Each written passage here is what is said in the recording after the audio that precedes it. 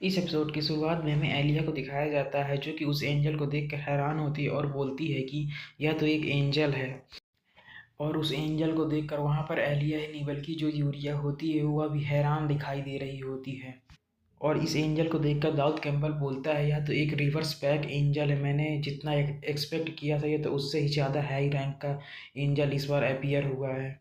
इसके बाद जो दाऊद कैम्पबेल होता है उस एंजल को देखते हुए बोलता है कि यह तो उस एंजल की तरह, ये एंजल अंकल की तरह दिख रहा है जिससे कि मैं कुछ समय पहले मिला था। और अगर आप उस एपिसोड को देखना चाहते हो आप मेरे चैनल की प्ले लिस्ट में जाकर चेकआउट कर सकते हैं। इसके बाद हमें एलिया को दिखाया जाता है जो कि धीरे धीरे बेहोश हो रही होती है और अपने मन में सोचती है कि मैंने सोचा था कि कोई मीडियम रैंक का एंजल यहाँ पर अपीयर होगा। और इसे देखकर जो हमारा मेन कैरेक्टर यानी कि दाऊद कैम्पबेल होता है वह भी बोलता है यह तो सच में बहुत ही ज़्यादा अनएक्सपेक्टेड था कि यहाँ पर एक हाई रैंकिंग का एंजल अपीयर हुआ है।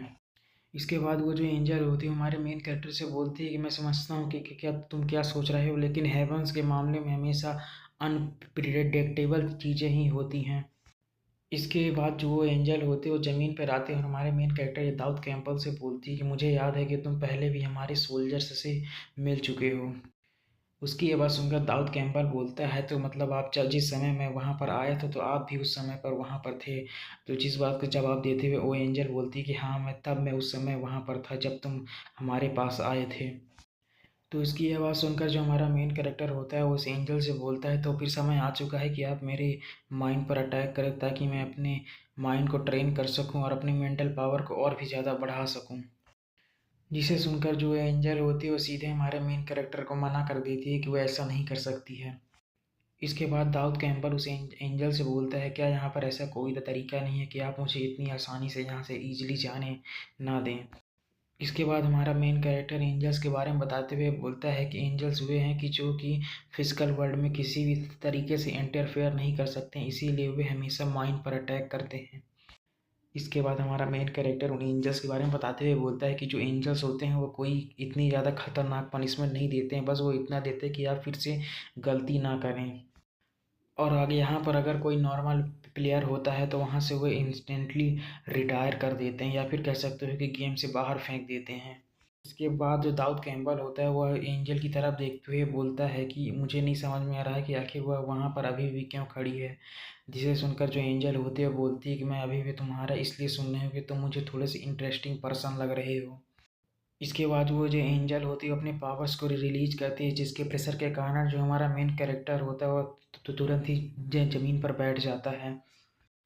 और इसके बाद वो जो एंजल होती है बोलती है कि वैसे तो मैं यहाँ पर तुम्हें केवल एक सिंपल वार्निंग देकर यहाँ से जाने वाली थी, लेकिन तुमने यहाँ पर मुझे जानबूझकर बुलाकर मेरी इंसल्ट करने की कोशिश की है।